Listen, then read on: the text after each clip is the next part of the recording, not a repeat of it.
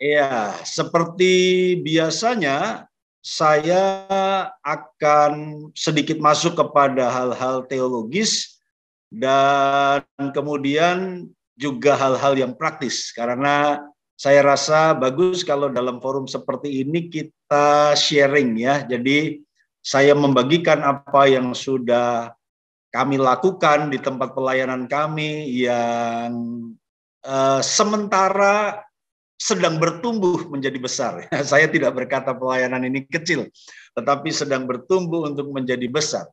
Jadi kita akan belajar tentang bagian ini. Oke, yang berikutnya, sebentar. Yang berikutnya adalah sebelum kita baca ayat yang kita akan pelajari, maka saya perlu memberikan informasi kepada semua pelayan GPDI Silo bahwa pelayan Tuhan atau saya sebut PEL2. PEL2 adalah kunci penting kemajuan sebuah pekerjaan Tuhan. Karena tidak mungkin seorang gembala itu bekerja seorang diri saja. Seperti Yesus, dia memilih 12 muridnya karena dia punya jangkauan jauh ke depan. Dia punya proyeksi jauh ke depan ketika dia akan meninggalkan dunia ini, maka pelayanan itu harus dikerjakan oleh murid-muridnya. Nah, jadi kita perlu menyadari bahwa pelayan Tuhan adalah orang-orang kepercayaan. Jadi Bapak Ibu Saudaraku, ketika Anda dipercayakan untuk melayani di GPDI Silo, itu artinya dengan kata lain, gembala itu mempercayai Anda. Nah, sebagai orang-orang yang sudah menerima kepercayaan, mari kita jaga kepercayaan itu. Karena tidak mudah. Jadi dipercayai dan dipercayakan dan bisa dipercayai itu sesuatu yang berbeda. Nah, kalau kita sudah dipercayakan, maka mari kita menjadi pribadi-pribadi yang bisa dipercayai. Ya, bisa dipercayai tepat waktu, bisa dipercayai komitmennya, bisa dipercayai saudaraku janji setianya dan sebagainya. Yang berikutnya, pelayan Tuhan adalah orang-orang yang dekat dengan otoritas. Jadi kadang-kadang banyak orang tidak ngerti ini. Pelayan Tuhan itu dia lebih dekat dengan otoritas dibandingkan dengan jemaat biasa. Nah, bayangkan di tengah minggu seperti ini, Bapak Ibu Saudaraku, Anda harus ada di gereja. Anda ketemu dengan otoritas. Anda ketemu dengan otoritas rohanimu. Ya, yang pemain musik, singer, song leader harus latihan setiap Sabtu. Mungkin ada doa khusus lagi pelayan. Jadi kita sering ketemu dengan otoritas dan itu baik. Seorang pelayan Tuhan ketika dia dekat dengan otoritas itu baik karena itu artinya Anda terpantau. Saya berkata kepada jemaat yang saya layani di Magelang bahwa pemantauan gembala kepada seluruh jemaat itu terbatas. Tetapi kalau pelayan itu lebih terpantau. Kenapa? Karena dia selalu hadir di beberapa acara, lebih dari jemaat-jemaat biasa yang pasif.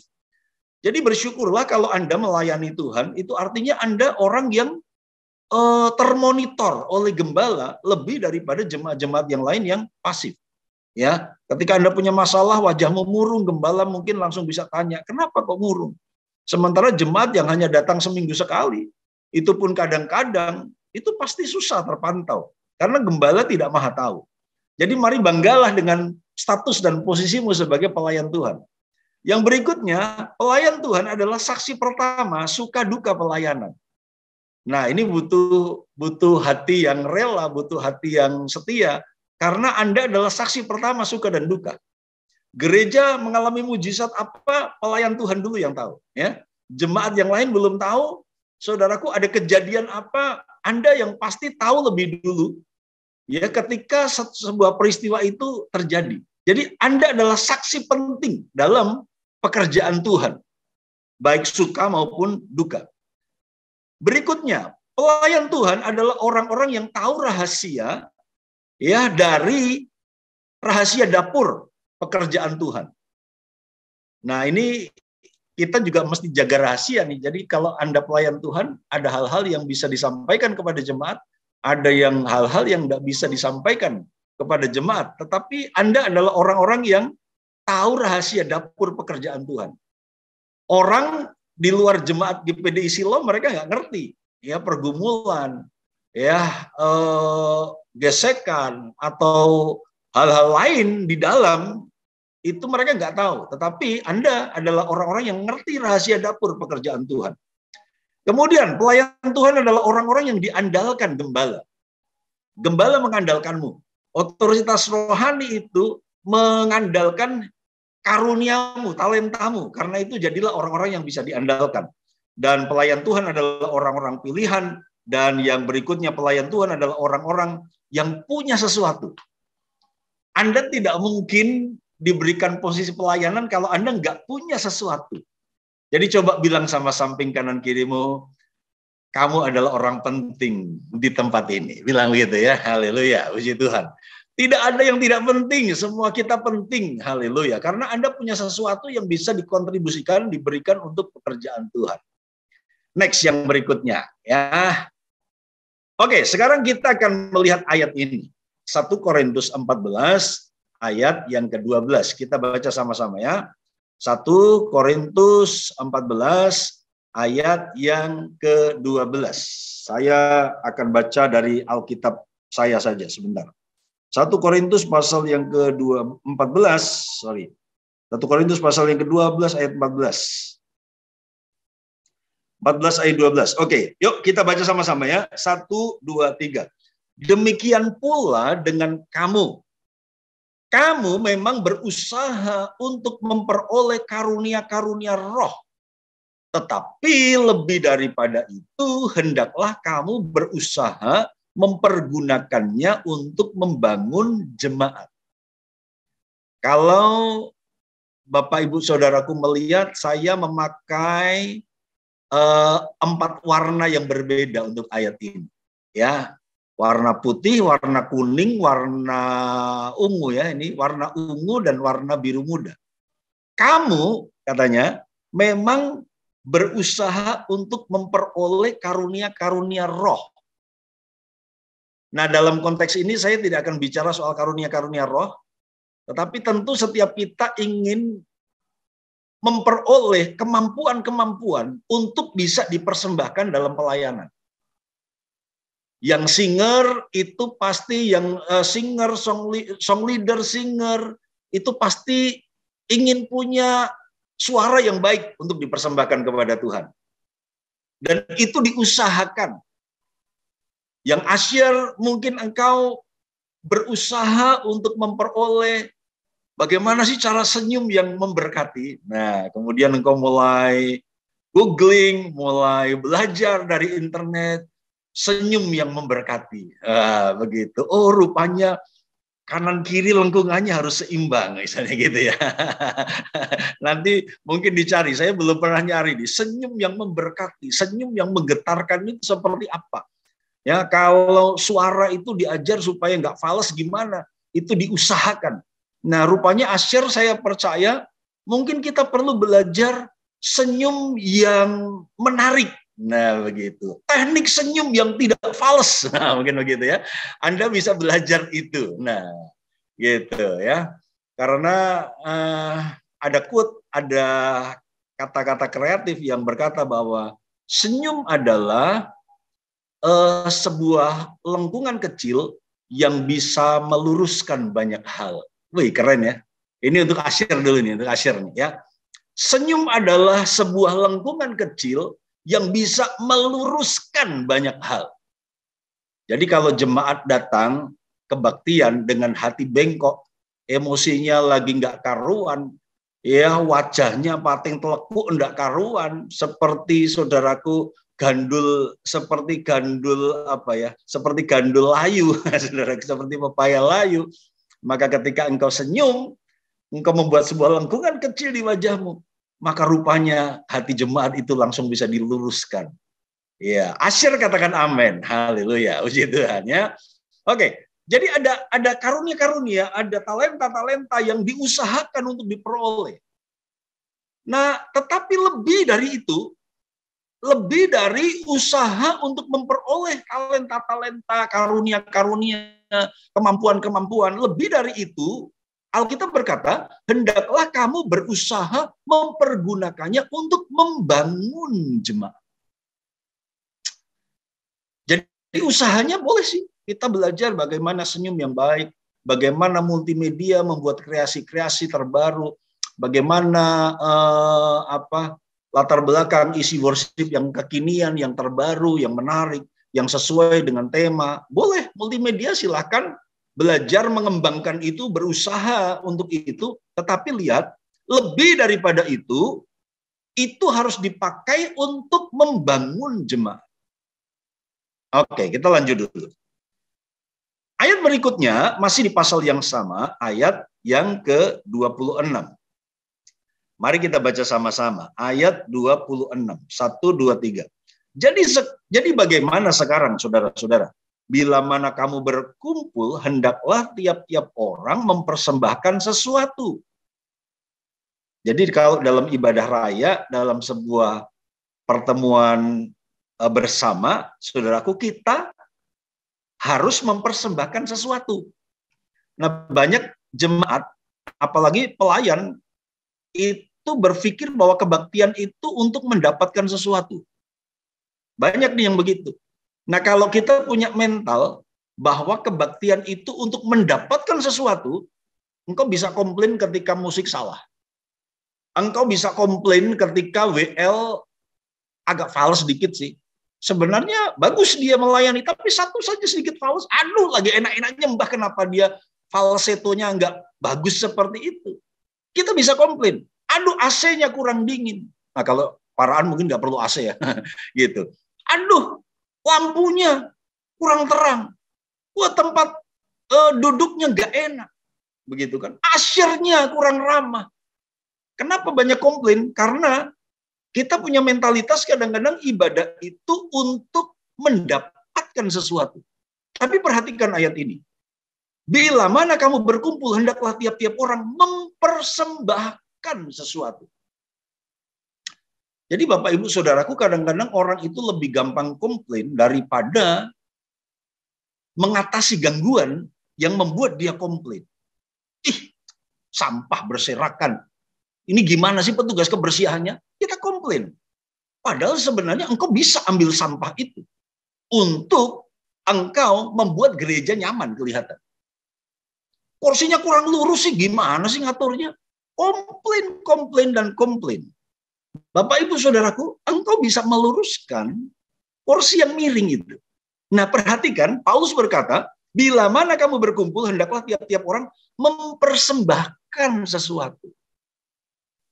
Yang tugas sebagai pendoa, ayo persembahkanlah doa. Doakan pelayan-pelayan yang tugas di depan. Gitu kan. Asyir, persembahkanlah senyummu. Singer, worship leader, persembahkanlah tenagamu, suaramu dengan segenap hati. Pemusik, persembahkanlah kemampuan musikmu, multimedia. Persembahkanlah kemampuanmu. Ayo kita mempersembahkan. Jangan kebaktian hanya ingin menerima. Nah, karena itu kasih tahu, dan ini perlu diajarkan kepada jemaat ya, supaya saya mengajarkan kepada jemaat bahwa kalau jemaat datang ibadah, itu mereka bukan hanya menerima, mereka harus memberi pujian sama-sama bersama dengan WL. Mereka bukan nonton kebaktian. Nah, Bapak Ibu Saudaraku, konsep kebaktian yang benar adalah, konsep ibadah yang benar adalah jemaat bukan nonton. Memang ada yang di panggung, memang ada yang di stage ya, ada yang di podium. Tetapi posisi jemaat bukan nonton praise and worship. Sebenarnya yang nonton itu seharusnya Tuhan. Ini konsep ibadah yang benar. Jadi kita WL, singer, pemusik, dancer itu hanya membantu jemaat, mengarahkan jemaat untuk ketemu Tuhan. Mempersembahkan pujian bersama kepada Tuhan, dan biarkan Tuhan yang nonton. Tuhan yang menikmati ibadah kita. Gitu. Jadi bukan jemaat yang nonton. Nah, makanya saya mengajarkan di GPDI Karisma Kalinegoro bahwa pelayan yang tidak tugas pun harus dukung yang tugas. Jadi jangan sampai kalau tugas nih jadi WL yang heboh gitu kan, lompat-lompat, exciting, semangat. Tapi ketika dia nggak tugas, dia nggak lompat-lompat. Ketika dia duduk di belakang sebagai jemaat karena tidak terjadwal, dia nggak lompat-lompat. Buat saya ini nggak adil. Buat saya itu pencitraan. Ini namanya WL pencitraan. Singer ketika dia tugas, angkat tangan. Tapi ketika nggak tugas, dia nggak mau angkat tangan. Ini singer pencitraan. Nah, kita nggak boleh jadi pelayan Tuhan yang seperti itu. Saya mengajarkan bahwa pelayan Tuhan itu sesuatu yang melekat, sesuatu yang permanen. Sehingga mau tugas, nggak tugas, Anda pelayan Tuhan. Mau terjadwal atau tidak, engkau pelayan Tuhan. Engkau harus dukung teman-temanmu yang sedang bertugas. Jadi angkat tangan tanpa disuruh. Lompat tanpa disuruh. Dan itu menimbulkan atmosfer ibadah yang bergairah. Karena buat saya, Tuhan yang nonton. Jadi yang di panggung ditonton Tuhan, yang nggak tugas, yang ada di kursi jemaat, dia juga ditonton Tuhan. Nah, pemahaman ini penting, paradigma ini penting. Ya. Jadi hendaklah mempersembahkan sesuatu. Yang seorang mazmur, yang lain pengajaran, atau penyataan Allah, atau karunia bahasa roh, atau karunia untuk menafsirkan bahasa roh. Tetapi semuanya itu harus dipergunakan untuk membangun. Jadi lagi-lagi, tujuannya adalah untuk membangun jemaat. Oke, lanjut. Sekarang kita akan zoom in kata berusaha. Jadi kalau dalam bahasa asli dan baru, berusaha di situ dipakai kata selotes. Dan salah satu murid Yesus ini ada yang kaum zelot, ya. Apa sih arti zelot? Apa arti selotes? Itu adalah seorang yang membara dengan semangat, seorang fanatik. Jadi kamu memang berusaha untuk memperoleh karunia-karunia roh. Ini jemaat Korintus, dia membara dengan semangat, dia fanatik untuk mendapatkan ya karunia-karunia itu. Arti yang kedua, digunakan Tuhan sebagai cemburu atas semua saingan dan tegas membela kendalinya. Jadi ini sifat cemburu Tuhan yang giat gitu ya, yang jadi nggak pasif. Atau selotes itu nggak pasif. Jemaat Korintus itu berusaha dapat karunia-karunia, berusaha mengembangkan karunia yang ada. 3, sangat menginginkan, bersemangat untuk sesuatu. Untuk memperoleh sesuatu, bersemangat. Dan arti berikutnya, untuk membela dan menjunjung tinggi sesuatu dengan keras, memperjuangkan sesuatu. Jadi, Bapak, Ibu, Saudaraku, pelayan GPDI Silo, ketika Paulus memakai kata bahwa jemaat Korintus ini berusaha untuk memperoleh karunia-karunia, ini usaha yang serius. Ini usaha yang giat, bukan usaha yang asal-asalan. Ini usaha yang dilakukan dengan segenap hati, segenap tenaga. Apakah salah? Tidak. Ya, tidak. Lanjut. Nah, sekarang kita akan zoom in kata membangun. Kita akan soroti kata membangun. Kata membangun dipakai kata oikodome. Artinya bangunan atau yang bersifat membangun. Tindakan seseorang yang mendorong pertumbuhan orang lain dalam kekristenan, kebijaksanaan, kesalehan, kebahagiaan, dan kesucian. Nah, jadi Bapak, Ibu, Saudaraku, kata membangun ini sebenarnya harusnya dikenakan untuk bangunan. Tetapi menariknya, Paulus memakai kata jemaat, membangun jemaat. Dan jemaat ini dalam bagian yang lain itu disebut sebagai tubuh Kristus. Jadi lebih dari usaha mendapatkan karunia-karunia itu, ya. Bagian yang kedua ini dimulai dengan tetapi lebih daripada itu. Lebih dari usaha mendapatkan karunia, mereka harus mempergunakannya untuk membangun. Kita kan baru aja selesai memperingati doa 10 hari ya, hari Pentakosta. Ya, banyak orang ingin dipenuhi Roh Kudus, tapi nggak ngerti setelah itu mau ngapain. Banyak orang pengen berbahasa roh, pengen berbahasa lidah, tapi dia nggak ngerti bahwa itu sebenarnya untuk membangun. Ketika Roh Kudus dicurahkan, next step-nya adalah, langkah berikutnya adalah penginjilan. Menjadi saksi. Nah, banyak orang ingin diurapi, ya untuk senang-senangan aja. Ngerinding, nangis rasa hadirat Tuhan, teriak-teriak. gue lega, masalahku dilepaskan sama Tuhan. Apakah cukup sampai di situ? Apakah itu hanya untuk diri kita sendiri? Ternyata ketika kita sudah dapat karunia, ketika kita sudah dapat talenta, kita punya kemampuan sesuatu untuk dipersembahkan, itu harus dipakai untuk membangun jemaat. Itu harus dipakai untuk membangun pekerjaan Tuhan. Oke, jadi kesimpulan sementara kita adalah karunia dipergunakan untuk membangun jemaat. 1 Petrus 4 ayat 10. Layanilah seorang akan yang lain sesuai dengan karunia yang telah diperoleh tiap-tiap orang sebagai pengurus yang baik dari kasih karunia Allah. Jadi kita ini hanya pengurus, Bapak Ibu Saudaraku. Ya, kita bukan pemilik. Kita ini dipercayakan karunia dan kemudian kita harus menjadi stewardship. Ya, kita hanya pengurus yang baik dari kasih karunia yang sudah dipercayakan Tuhan itu. Perintahnya adalah layani seorang akan yang lain sesuai dengan karunia yang telah diperoleh tiap-tiap orang.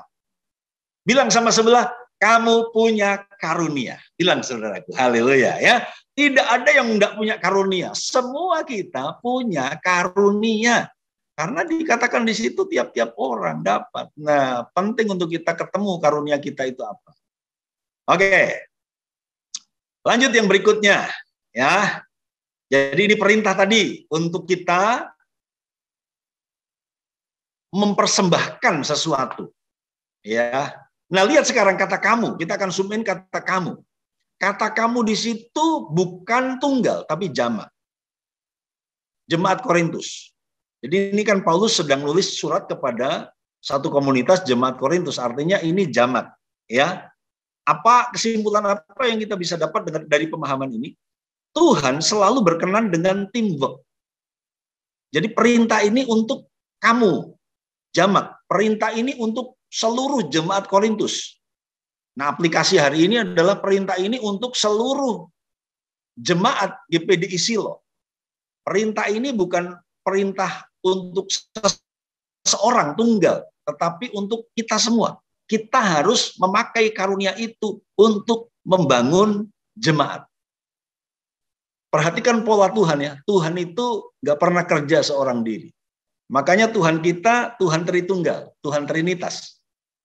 Di Kejadian 1, ketika dia mau ciptakan manusia, mereka rapat pleno loh. Ya, Kejadian 1 ayat 26 dan seterusnya, marilah kita menciptakan manusia sesuai dengan gambar dan rupa kita. Nah, dipakai kata kita di situ bukan karena Tuhannya orang Manado. Orang Manado kalau bilang saya kan kita, gitu ya. Tapi kita di situ adalah Bapa, Putra, dan Roh Kudus. Mereka sedang rapat pleno. Ini rapat panitia pembentukan manusia, gitu ya. Saya sering mengatakannya seperti itu. Jadi Tuhan pun ketika mau bikin manusia, mereka rapat. Marilah kita menjadikan manusia, karena Tuhan sudah selesai menjadikan segala sesuatu. Tinggal sekarang satu ciptaan yang termulia, mau dibikin kayak apa nih? Gitu. Mau kayak gajah? Oh no. Ya, mau kayak yang lompat dari satu pohon ke pohon lain? Oh no. Mau tinggi kayak jerapah? Oh no. Akhirnya rapat pleno, panitia pembentukan manusia. Allah Bapa, Allah Putra, Allah Roh Kudus, mereka memutuskan, marilah kita buat manusia sama seperti kita. Tuhan selalu bekerja dengan teamwork. Jadi mari pelayan Tuhan GPDI Silo, kita harus punya pemahaman ini bahwa, next yang berikutnya, lihat, bahwa kita tidak pernah diciptakan untuk diri sendiri. Ini harus dipahami. Bapak Ibu paham nggak bahwa ketika Tuhan ciptakan tangan, tangan ini untuk apa sih? Tangan ini bukan untuk si tangan. Tangan ini untuk mulut. Ketika kita ambil makanan, makanannya dipegang pakai tangan, tangannya masuk mulut. Jadi artinya mulut kita perlu bantuan tangan. Tangan ini diciptakan bukan untuk si tangan. Tangan ini diciptakan untuk menolong, memberkati, berfungsi bagi bagian tubuh yang lain. Kenapa Tuhan menciptakan gigi? Gigi diciptakan Tuhan bukan untuk si gigi. Gigi itu kalau dalam konteks mengunyah makanan, saudaraku, gigi itu membantu kerja lambung supaya makanan itu dilembutkan, ya, dipecah, diurai. Jadi langkah pertama diurai dengan gigi kita supaya agak lembut dan kemudian ketika masuk ke lambung, lambung mengolahnya lebih ringan. Saya punya teman yang karena sakit kanker giginya habis dan puji Tuhan, Tuhan sembuhkan dengan mujizat. Tetapi ketika dia periksa ke dokter gigi heran, Pak, bagaimana lambung Bapak? Jadi yang pertama ditanya kenapa giginya habis. Lalu kalau makan ya dikunyah dengan gusi dan kemudian ditelan dan tentu tidak halus. Dokter bertanya, lalu bagaimana selama ini lambung Bapak? Aman-aman saja. Nah, itu anugerah. Tapi perhatikan, dokter gigi selalu bertanya, kalau nggak ada gigi, lambung biasanya bermasalah. Gitu ya. Jadi gigi ada bukan untuk si gigi, tapi gigi itu ada untuk lambung. Kaki ada untuk kepentingan siapa? Untuk kepentingan tubuh yang lain. Tubuh tanpa kaki itu nggak lengkap. Kaki diciptakan bukan untuk si kaki, tapi kaki diciptakan untuk menopang bagian tubuh yang lain. Nah, pernah sadar nggak bahwa ketika kita diciptakan Tuhan, kita itu bukan untuk diri sendiri. Nah, ini yang banyak nggak sadari nih. Kenapa banyak orang egois sih? Kenapa banyak orang itu arahnya untuk aku. Padahal kalau kita menyadari kita diciptakan itu untuk orang lain. Karunia, talenta yang Tuhan taruh dalam hidupmu itu untuk orang lain, untuk bangun orang lain. Nah, kebutuhan kita akan disuplai dengan karunia orang lain. Itu mekanisme tubuh Kristus seperti itu. Gitu ya. Jantung ada bukan untuk si jantung. Jantung ada untuk mengalirkan darah. Begitu. Nah, ketika jantung perlu oksigen, disuplai oleh paru-paru. Kan gitu. Jadi saling terkait. Nah, kalau kita paham ini, maka kita mengerti bahwa pelayanan kita di gereja itu bukan show of force. Bukan sebuah pertunjukan kemampuan bahwa aku hebat. Enggak. Anda ketika sedang menyanyi, itu bukan untuk dirimu. Itu sedang membangun tubuh Kristus. Ketika engkau bermain musik, ketika engkau mengoperasikan multimedia, maka engkau bukan sedang melakukannya untuk dirimu sendiri. Engkau sedang menolong orang lain. Lihat Efesus 4 ayat 11 dan 12. Dan ialah yang memberikan, lihat nih jamak kan, rasul-rasul, nabi-nabi, baik pemberita-pemberita Injil, gembala-gembala, pengajar-pengajar, untuk memperlengkapi orang-orang kudus bagi pekerjaan pelayanan, bagi pembangunan tubuh Kristus. Jadi Bapak Ibu Saudaraku, tubuh Kristus nggak bisa dikerjakan personal. Tubuh Kristus itu harus dibangun secara komunal. Ya, Tuhan nggak pernah memakai pola sendirian. Dia bisa ngerjakan sendiri, tapi dia selalu libatin orang. Dia selalu melibatkan kita. Karena itu, mari kita membangun bersama-sama. Jangan egois. Main musik jangan improve sendirian. Jangan improve seenaknya kita, tapi nggak nyaman untuk orang lain. Kalau drumnya kesulitan dengan improvisasi pemain bass, ya bass harus membatasi improvisasinya. Gitu. Sebaliknya, kalau bass itu kesulitan mengimbangi improvisasinya drum, ya drum harus ngalah lah demi kesatuan tim. Jadi yang harus diutamakan adalah pembangunan jemaat, bukan ego kita. Gitu ya. Jadi sebaliknya juga WL itu bukan satu pelayanan yang segala-galanya. Engkau butuh asyir loh. Ya, dalam konteks ibadah raya, maka WL tanpa asyir itu nggak lengkap. Ya, gitu. Next yang berikutnya. Nah, saudaraku, pada akhirnya kita harus berani berkata bahwa Tuhan tidak pernah menciptakan Superman. Dan itu hanya rekaan manusia saja. Superman tidak pernah ada di dunia. Seseorang yang bisa melakukan seorang diri, mengalahkan banyak musuh, ya, digdaya, otot kawat, balung besi, keringet tewe dan kopi. Wah, gitu saudaraku, nggak ada, ya. Tuhan tidak pernah menciptakan Superman. Sehingga kalau saya bahwa tidak ada yang namanya super church, tidak ada, tidak ada. Mega church ada, tapi mega church bukan super church. Nah, saya mau sharing dikit nih saksi mau saksi atau curhat, ya tergantung bagaimana dengerin dan melihatnya. Satu kali saya diundang untuk pembekalan pelayanan di satu kota, ya ini curhat dikit. Ketika diundang pembekalan pelayanan, gembala yang undang. Nah, itu adalah sebuah anugerah, semua pelayanan itu adalah anugerah. Tetapi singkat cerita di sesi tanya jawab, tiba-tiba ada satu pelayan yang rumahnya itu merasa digurui, merasa ya. Padahal saya selalu berkata bahwa kami ini hanya membagi apa yang sudah kami hidupi, apa yang sudah kami lakukan di gereja yang sementara bertumbuh menjadi besar ini, gitu ya. Dan kemudian ada satu pelayan yang merasa bahwa kami ini menggurui. Dan kemudian singkat cerita dia tanya begini, sebenarnya gereja Bapak sebesar apa sih? Saya ngelus dada dengan pertanyaan itu gitu ya.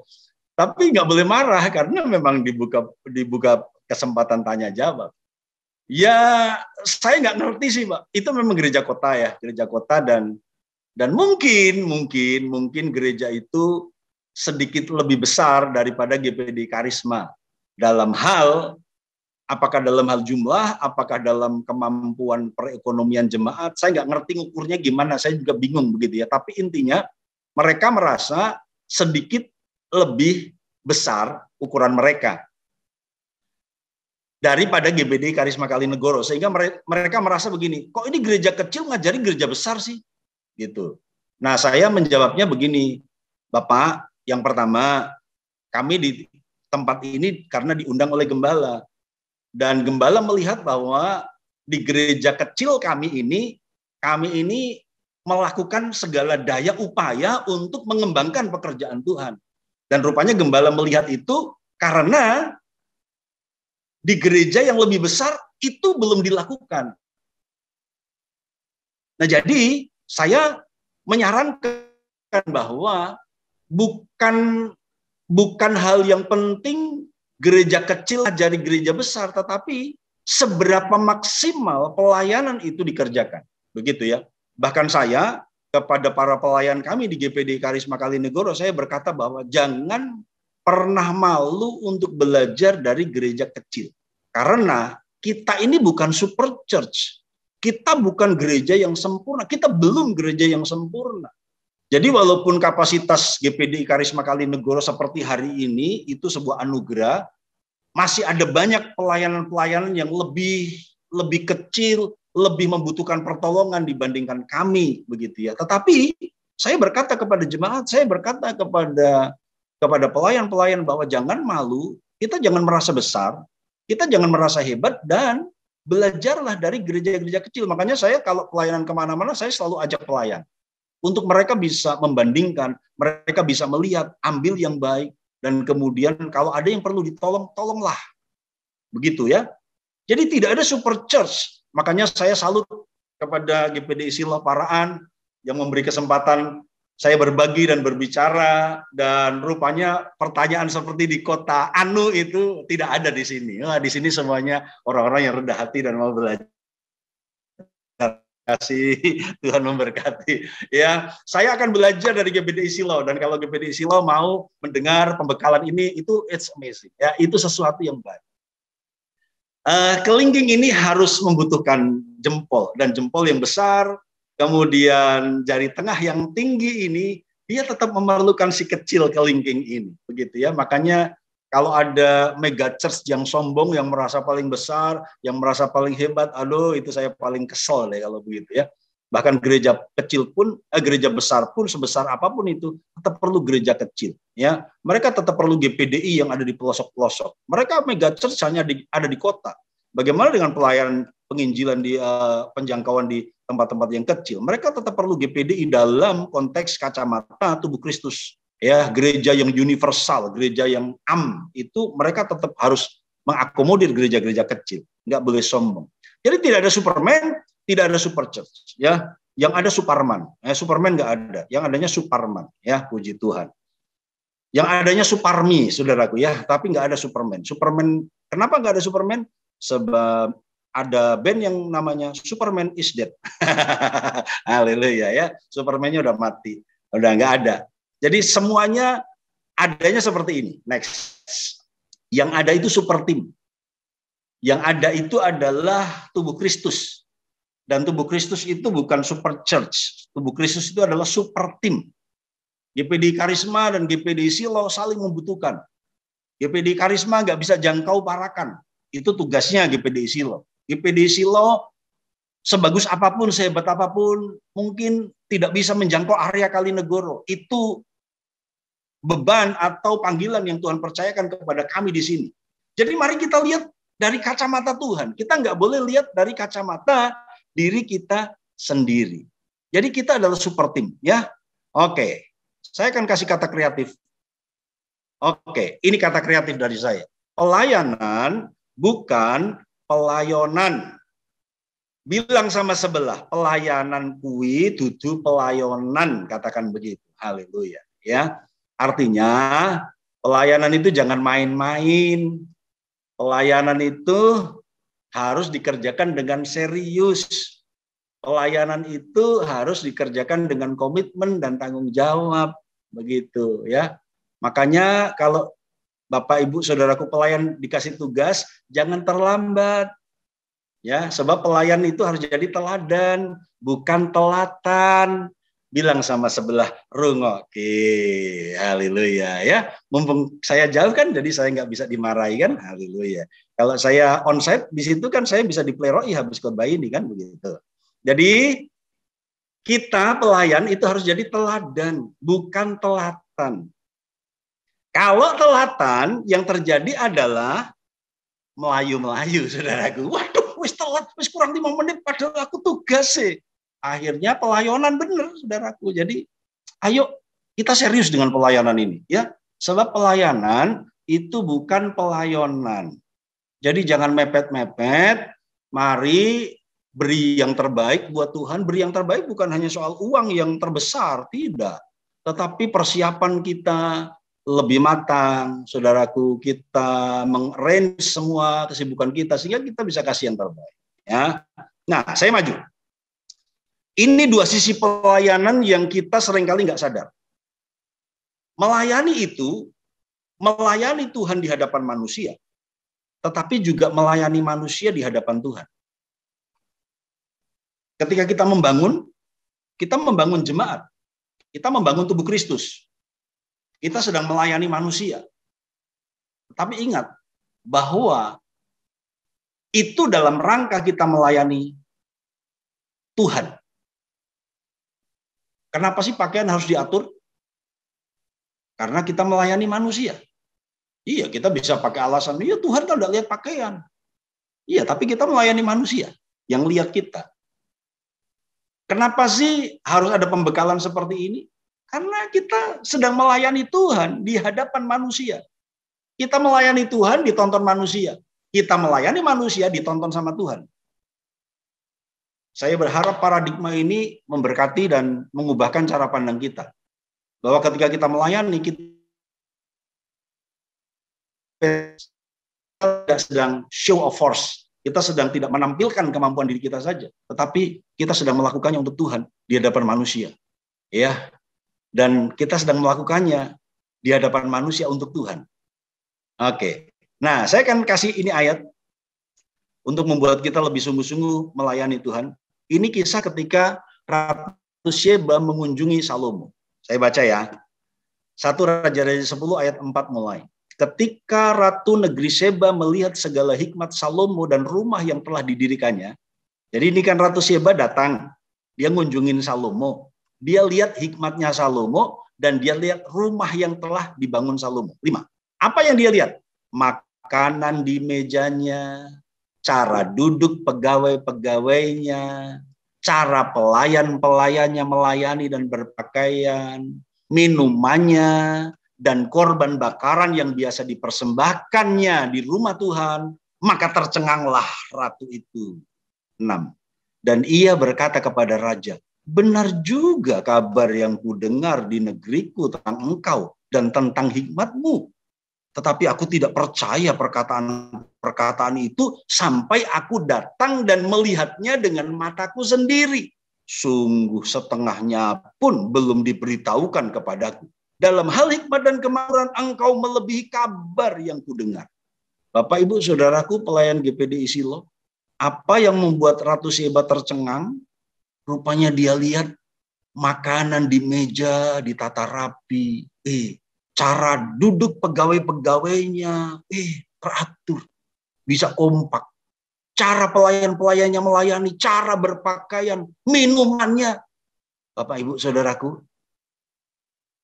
GPDI Silo adalah GPDI kota. Paraan itu kota.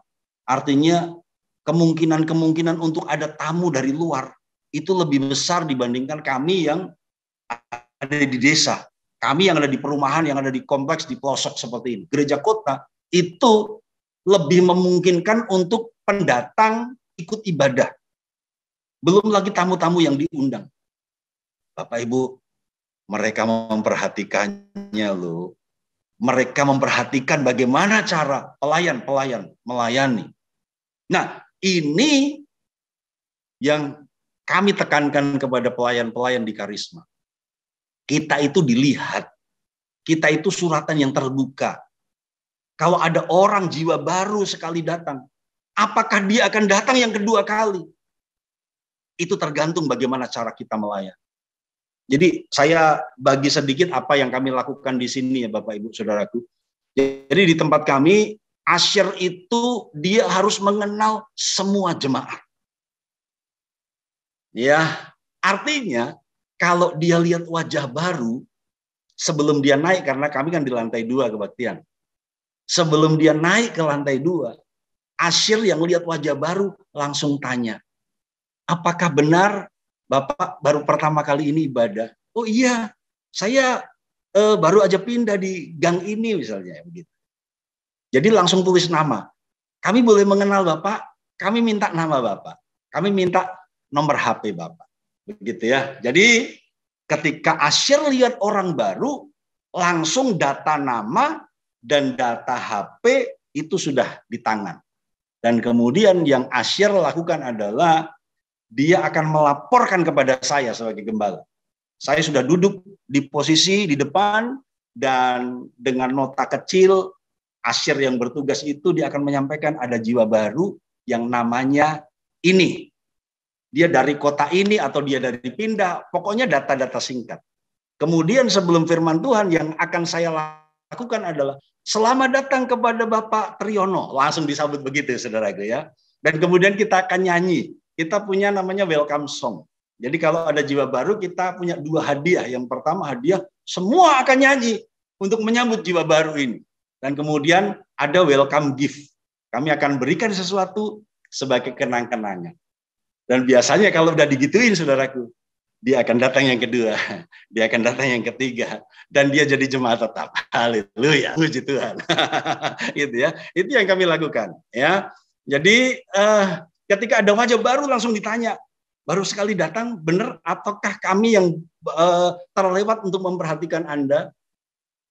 Saya kalau di BCA itu kagum. Kalau ke BCA ya, berbahagialah yang pakai BCA. Gitu. Baru 1 kali buka rekening, datang yang kedua di bank, tellernya langsung bilang, selamat pagi Pak Denny. Kok langsung tahu ya? Saya baru 2 kali nih ke bank ini. Langsung dia sebut nama saya. Dan itu sebuah kebanggaan. Artinya saya diperhatikan. Saya dikenali. Ayo GPDI Silo.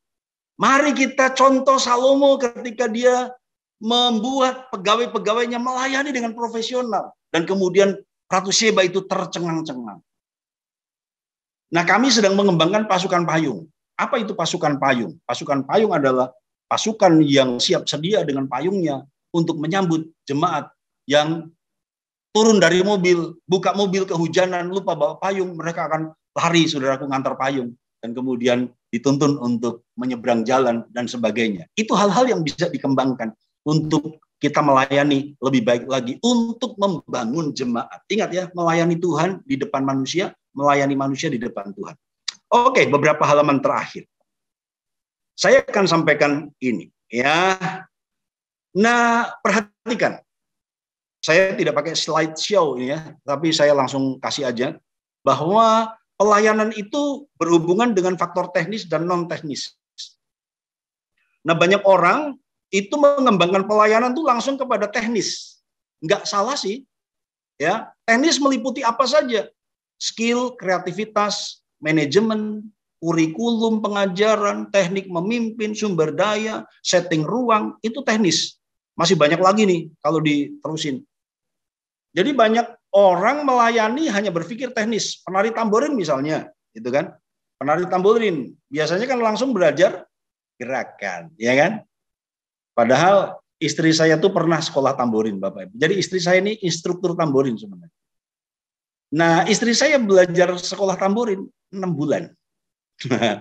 Wah, 6 bulan apa aja yang dipelajari, Pak? Kalau gerakan kan langsung belajar aja. Nah, itu yang dipelajari dalam sekolah tamborin yang diikuti istri saya adalah kenapa harus menari?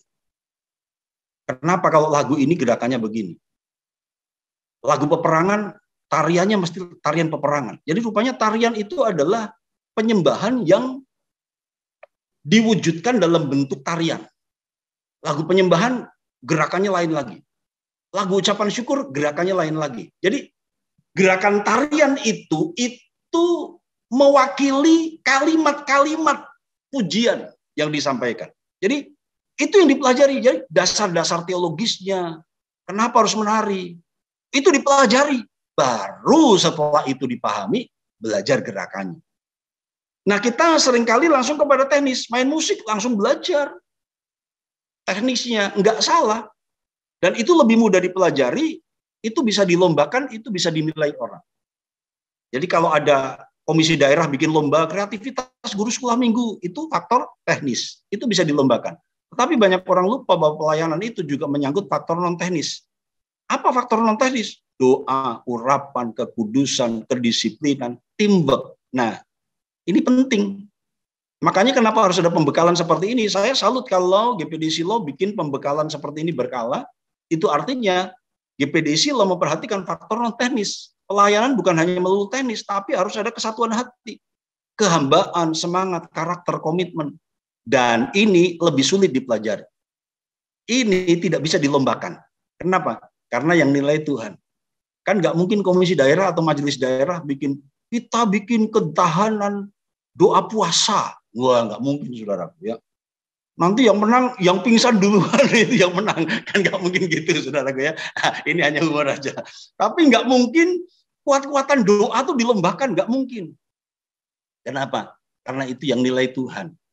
Nah, karena itu, mari kembangkan faktor non-teknis. Sebuah gereja maju, sebuah gereja berkembang, itu bukan hanya karena faktor teknisnya. Oh, belajar teknik komsel. Oh, belajar bagaimana pelayanan pria yang efektif. Oh, bagaimana pelayanan wanita yang efektif. Oh, kalau sering piknik itu berarti gerejanya maju. Nah, misalnya gitu, saudaraku, kesimpulan dari pembelajaran. Oh, sering healing itu berarti jemaatnya seger-seger. Belum tentu, saudara. Jadi jangan hanya teknis, tetapi mari kembangkan faktor non-teknis. Doa bersama, urapan korporat. Bukan urapan personal, tapi urapan korporat, kekudusan, teamwork, dan sebagainya. Ya, yang berikutnya. Beberapa halaman terakhir. Nah, faktor teknis ini adalah sisi ketika kita melayani Tuhan di hadapan manusia.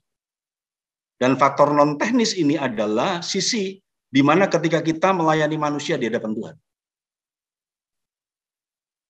Mari kita lebih berkomitmen lagi untuk hal yang di sebelah kanan. Karena itu mempengaruhi banyak hal dalam hidup kita. Kata kreatif berikutnya, pelayanan bukan pentas, pelayanan bukan pintas, pelayanan itu harus pantas. Ini quote dari saya. Dan 2 halaman terakhir adalah kesimpulannya, membangun tubuh Kristus tak mungkin kerja personal. Membangun tubuh Kristus itu harus kerja komunal, bersama-sama. Makanya kenapa Yesus pilih 12 murid. Kenapa dia nggak kerjakan sendirian sampai dia datang? Nggak mungkin. Dia kerjakan 12 murid. Dari 12 murid, ini menjadi fondasi gereja. Dibangun di atas dasar para nabi dan rasul. Dari 12 rasul ini kemudian ini fondasi gereja. Dan kemudian sampai kepada Kisah Rasul 2, 3.000 orang dibaptis. kemudian jadi 5.000, jadi berkembang. Sampai hari ini gereja semakin berkembang, terus berkembang. Kenapa? Karena membangun tubuh Kristus tidak mungkin kerja personal, tapi harus komunal. Masing-masing pelayan Tuhan harus punya spirit good team player. Apa team player? Team player adalah tim yang baik. Bahwa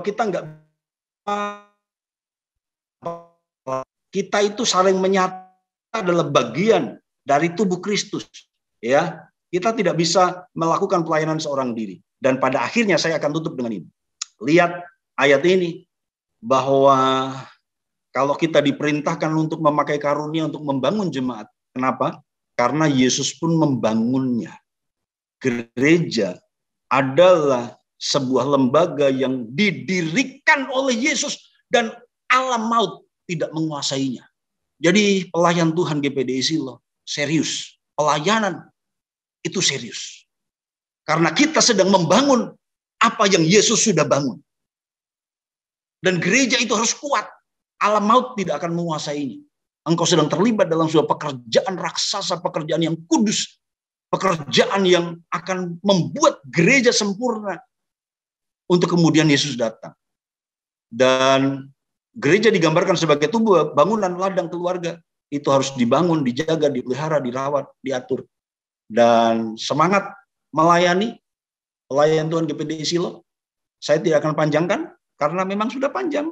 Saya kembalikan kepada pelayan atau petugas yang ada on-site di situ. Tuhan memberkati, jangan lelah melayani Tuhan, sebab jerih lelahmu tidak sia-sia. Tuhan memberkati.